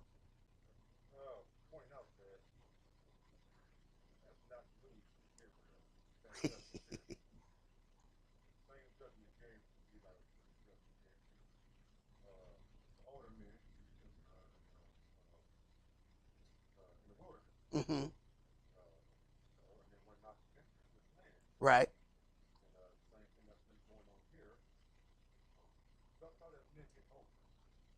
It's funny how that worked, because as sometimes our drive for righteous judgment seems to get lax as we get more comfortable in some things. See, I can tell you that there was back in the day when my grandmama was younger. My grandmama had a switch that was so long it was like a whip. you could run and bend the corner, and you thought you got away, but it'll bend. And it'll come right around. If you was still just barely made it to that curve around that corner, that switch would whop and still hit you. You'd be like, I can't even see her. How was she able to still hit me? Well, what happened? As my grandmama got older, she got softer. So the kids coming behind us, they didn't get disciplined the same way that we did. They different. They different. There's some different kind of children. They didn't get that kind of discipline. See, them older ones, as people sometimes get set in their way, now they just want to be, well, just do this, baby. You're not helping them though. See, I now understand what them whoopings was that I got then. Those whippings was making me learn to respect and honor the order. See, I with my mom, I realized how she was when my niece went to stay with her. My mother was she was older then. She dealt with things different. We had to go pick out our switches. They go pick out them switches. And you pick, and you try, she was like, you pick some little ones, it's gonna get worse. So you had 2 levels of switches. You go and give the little one first. Boy, don't play with me. And you go and pull out the real one, because you know what the deal was. Because if she had to go get some, she gonna beat you longer. That next generation didn't have that. They operate differently. They operate differently. And everybody thought they was doing them a favor. This book said, spare the rod and you spoil the child. That don't just go with the children. That go with everybody that you're supposed to discipline in your house. You keep allowing them to get away with something, you are setting them up for a fall. Because when they get out here in this world, they're not going to keep offering them leeways and all that. They're going to deal with them. Go ahead, bro. That was it.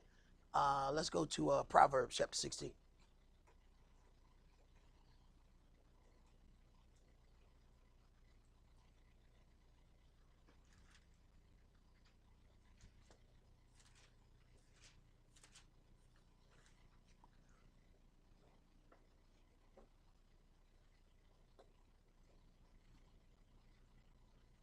Proverbs chapter 16 and verse 1.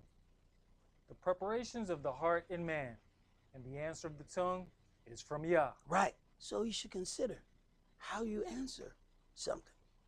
When those brothers, when it was brought to Eli's sons, when he finally say something, they would not hearken unto their father, and it was of Yahweh. Because Yahweh like, no, I'm going to kill them. It don't matter what they ain't no need to listen to them. Same way, he told Moshe, when they get ready to go to Pharaoh, he will not listen unto you. Why? Because I'm going to give him these judgments. I ain't going to let him listen. He has done against my people for so long, I am not going to let him listen. So there's some people that they couldn't listen if they wanted to. You can go to them 50 times and explain all you want to explain to them. They ain't going to listen because Yahweh done stuck his fingers in their ear. They can't hear.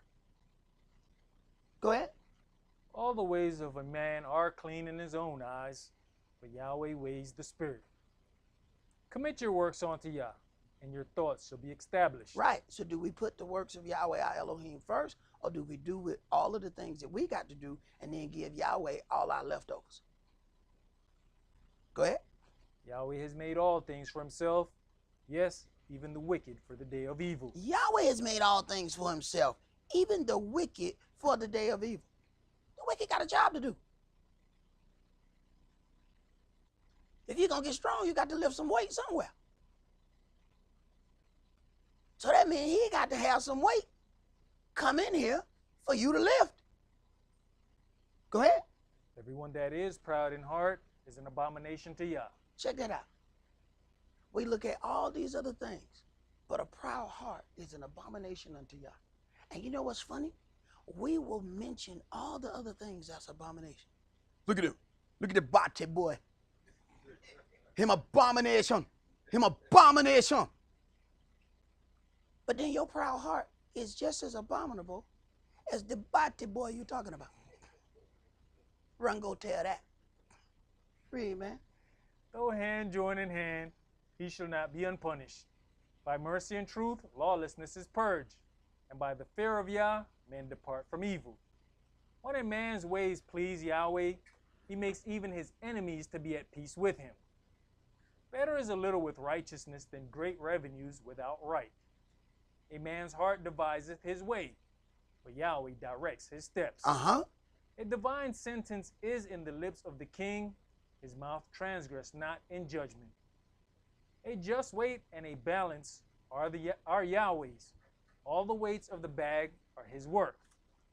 It is an abomination to kings to commit wickedness, for the throne is established by righteousness. Righteous lips are the delight of kings, and they love him that speaks right. The wrath of a king is as a messenger of death, but a wise man will pacify it. Examine that. The wrath of a king is as messengers of death. So you got the man who is in control. If he is angry, you might want to pacify that anger. Why?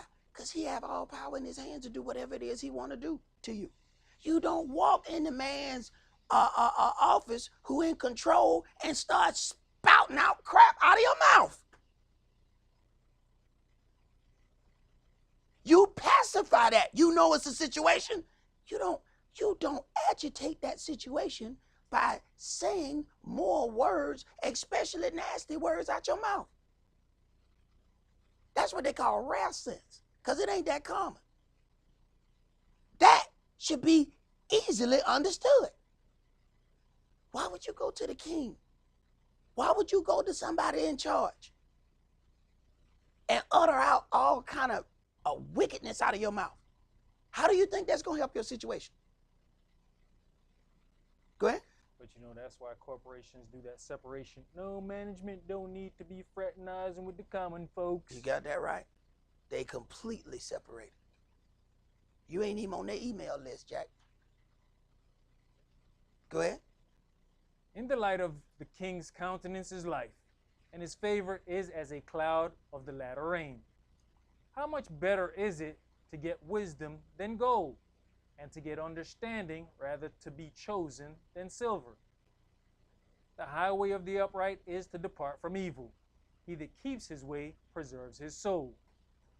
Pride goes before destruction, and an haughty spirit before a fall. Right. Pride will not let you acknowledge anything for it to be put away. All we have to do is acknowledge it,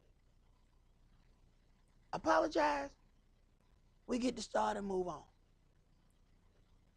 But pride won't let you acknowledge it or apologize.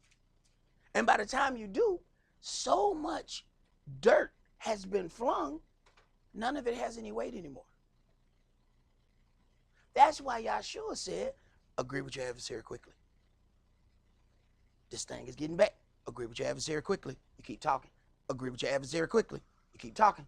It's getting worse. It's getting worse. It's getting worse. It's getting worse. It's getting worse. Agree with your adversary quickly. Why you keep talking? Go ahead. Better is it to be of an humble spirit with the lowly than to divide the spoil with the proud. He that handles a matter wisely shall find good, and whoso trusts in Yah, happy is he. The wise in heart shall be called prudent, and the sweetness of the lips increase learning. Understanding is a wellspring of life unto him that has it, but the instruction of fools is folly. The heart of the wise teacheth his mouth, and adds learning to his lips. Pleasant words are as an honeycomb, sweet to the soul and health to the bones. There is a way that seems right unto a man, but the end thereof are the ways of death. He that labors, laboreth for himself, for his mouth craves it of him. An ungodly man digs up evil, and in his lips there is as a burning fire. A froward man sows strife, and a whisperer separates cheap friends. Right. And this is the thing that we will do. Instead of actually going to the individuals, we'll go to 10 more individuals and whisper a sentence or two, rather than just going to the individual and having a conversation. Go ahead.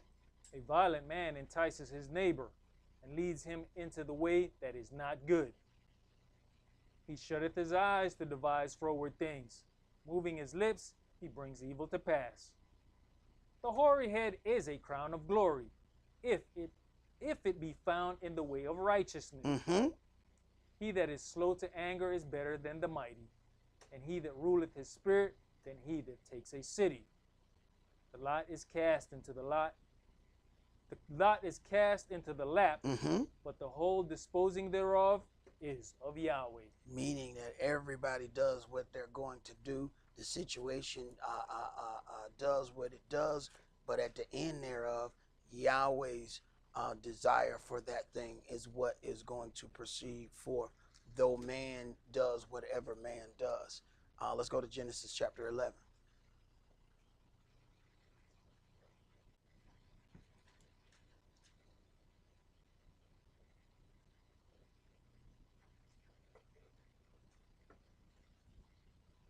Genesis chapter 11, and let's start that at verse 27.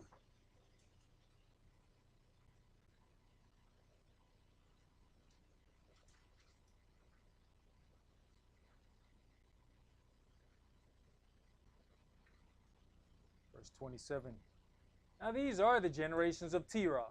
Terah begot Abram, Nahor, and Haran. And Haran begot Lot.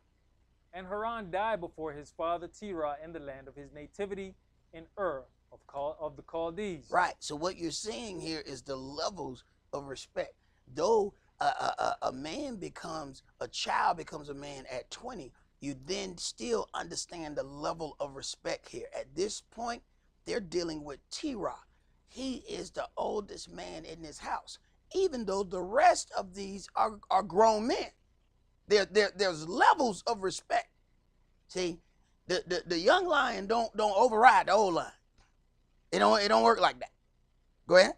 And Abram and Nahor took them wives. The name of Abram's wife was Sarai, and the name of Nahor's wife Milcah, the daughter of Haran, the father of Milcah, and the father of Iscah.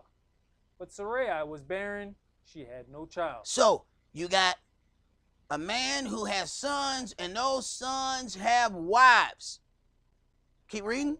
And Terah took Abram his son, and Lot the son of Haran his son's son, and Sarai his daughter-in-law, his son Abram's wife.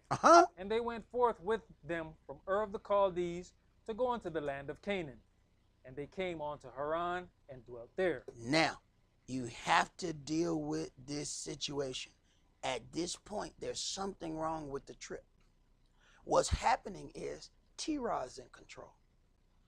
Look, these are grown men, right? It says, and Terah took Abram, his son. Terah is the man in charge. The problem is Terah worships idols. Yahweh is trying to deal with Abram. But look at who Abram shows respect to, because this is the way respect is given. And see, people don't understand. This generation is completely lost that this man is the head of the house, even though the rest of these boys grown. These boys married. These boys married with kids. At least one of them. And Sarai couldn't have any kids at that point. So they are grown. But this man is the one who's in charge. Now, the whole trip is still being of Terah, because they are coming out of Ur of the Chaldees to go into Canaan. Wait a minute. It's Abram's trip supposed to be. But Terah the one in control. So, and Yahweh honoring that. Keep reading. And the days of Terah were 205 years, and Terah died in Haran. Which is probably why they settled in Haran. Yahweh ended up stopping that trip right there. Go ahead. Keep going. Now Yahweh had said unto Abram, get you out of your country, and from your kindred, and from your father's house, unto a land that I will show you. What did he do? He didn't get away from his father's house. He brought his father's house with him. Go ahead. And I'll make of you a great nation, and I'll bless you, and make your name great, and you shall be a blessing. And I'll bless them that bless you, and curse him that curse you. And in you shall all the families of the earth be blessed.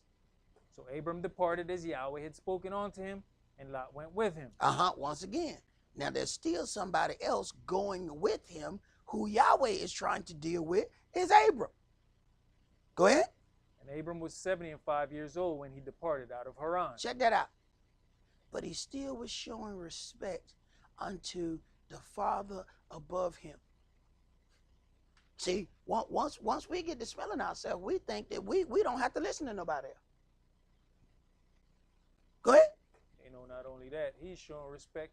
His wife has to be showing respect too. Exactly. Nowadays, we know, why are you listening to your daddy? Right. Or your mama's boy? What's going on? Why we can't do our own thing? Right. Go ahead. And Abram took Sarai his wife, and Lot his brother's son, and all their substance that they had gathered, and the souls that they had gotten in Haran. And they went forth to go into the land of Canaan, and into the land of Canaan they came. And Abram passed through the land unto the place of Sychem, unto the plain of Moreh, and the Canaanite was then in the land.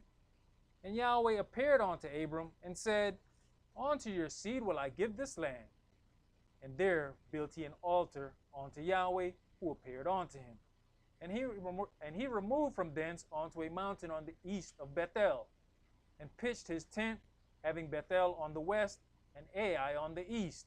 And there he built an altar unto Yah, and called upon the name of Yahweh. Now, if you look at some of these things, you're going to find that these trips, these journeys, they keep ending in the same places.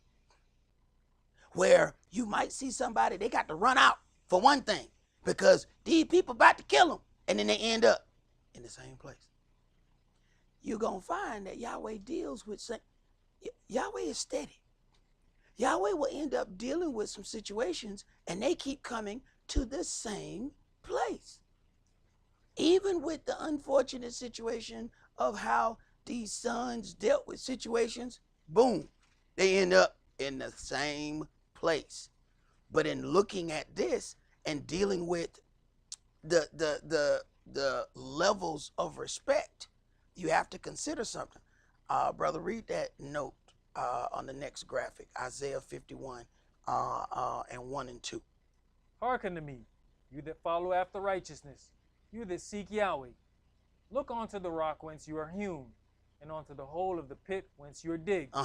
Look unto Abraham your father, and unto Sarah that bare you. For I called him alone, and blessed him, and increased him. Yahweh said, I called him alone.